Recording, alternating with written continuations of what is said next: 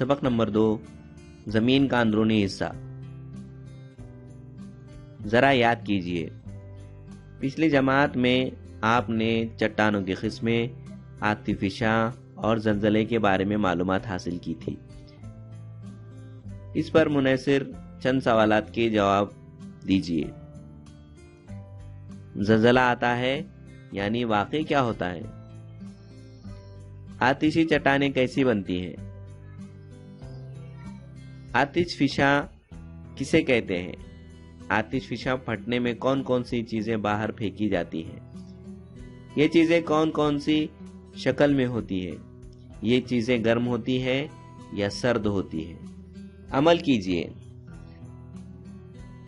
आधा लीटर दूध गर्म कीजिए। दूध गर्म करके उबलने लग जाए तो गर्म करना बंद कर दीजिए। अब दूध के बर्तन पर ढक्कन रख दीजिए। तजुर्बे का अगला हिस्सा निहायत अहम है। इसमें आपको मुशाहिदे की सलाहियत को बुरोकार लाना है और इसके जरिए नतीजे तक पहुंचना है। 10 मिनट के बाद बर्तन पर रखा हुआ ढक्कन हटाइए और उसे थोड़ा तिरछा पकड़िए। देखिए क्या होता है। दूध पर जमी हुई चीज किसी हैयत है। इस चीज को एक तरफ कर दीजिए।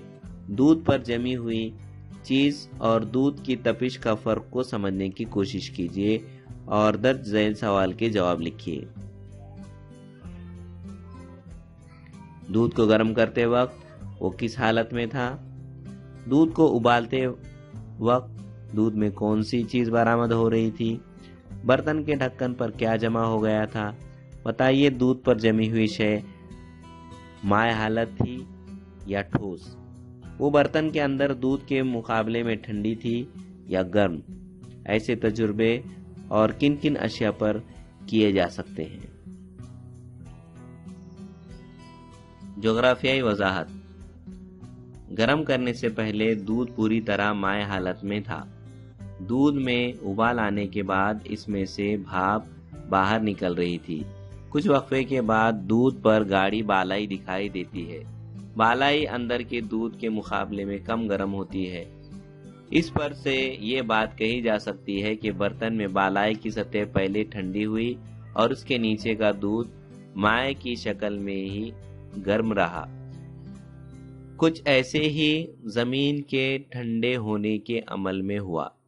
साइंसदान इस ख्याल से मुत्तफिक हैं कि जमीन का वजूद भी निज़ाम शमसी के साथ हुआ। इब्तिदा में जमीन तपने में गैस के गोले की तरह थी। अपने महवर पर घूमते घूमते वो ठंडी होती गई। ठंडी होने के अमल ऊपरी सतह से जमीन के मरकज की जानिब होने की वजह से जमीन के बैरूनी हिस्सा खश्र अर्ज ठंडा और सख्त होता गया। अंदरूनी हिस्से में हरारत ज्यादा थी जो सतह जमीन के अंदर हिस्से की जानिब मुतवातिर बढ़ती जाती है। नीज एक मखसूस गहराई में जमीन का अंदरूनी हिस्सा नीम सयाली हालत में होता है। जमीन का अंदरूनी हिस्सा कैसा है, इसके बारे में आज भी इंसान के दिल में तजस्सुस मौजूद है। अब तक जमीन के अंदर हिस्से को अमलन देखना मुमकिन नहीं हो पाया है। इस वजह से माहिरीन अर्जियात ने मुख्तलिफ तरीके से मुतालिया करके कुछ अंदाजे लगाए हैं। इसके लिए आतिशफिशान से बाहर निकलने वाले मादे और जलजलों का खुसूसी मुतालिया किया गया है। आतिशफिशा के फटने से बाहर निकलने वाले मादों में इंतहाई गर्म सियाल, लावा, गैस, भाप वगैरह शामिल होते हैं। लावे के सर्द होने पर आतिशफिशा चट्टान बनती है। इसके साथ साथ दर्जा हरारत, कसाफत, कुव्वत सख्ल, कुव्वत दबाव के मुताले से लगाए गए अंदाजों की मदद से अंदरूनी हिस्से की साख समझ में आई।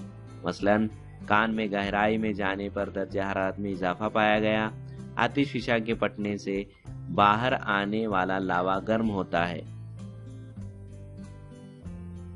जमीन के मुख्तलिफ हिस्सों में हर साल बेशुमार जलजले आते हैं, जिसके वजह से जलजले की लहरें पैदा होती हैं। ये लहरें जमीन के अंदरूनी मरकज से सफर करती हैं। इनकी सिमत और रफ्तार का मुतालिया करके अंदरूनी हिस्से की साख के बारे में अंदाजा लगाया जाता है। खशे अर्ज का मुतालिया करने के लिए इंसान ने नलकी नुमा सुराग भी بنائے ہیں۔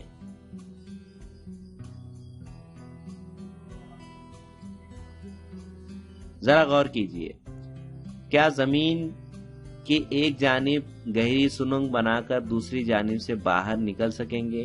اس کے متعلق اپنے خیالات بیان میں لکھیے اور اس پر تبادلہ خیال کریں۔ کیا آپ جانتے ہیں ہماری زمین تقریباً 460 کروڑ برس پہلے وجود میں آئی۔ ابتدا میں زمین گیس کی شکل میں تھی۔ حرارت کے خارج ہونے کے عمل میں وہ دھیرے دھیرے ٹھنڈی ہوتی گئی۔ زمین پہلے مائل حالت میں تبدیل ہوئی۔ برسوں بعد زمین کا انتہائی بیرونی حصہ پہلے ٹھنڈا ہو کر ٹھوس بن گیا۔ زمین کے اسی اوپری حصے کو خش ارض کہتے ہیں۔ آج بھی نظام شمسی کے بعد بیرونی سیارے گیس کی حالت میں ہیں۔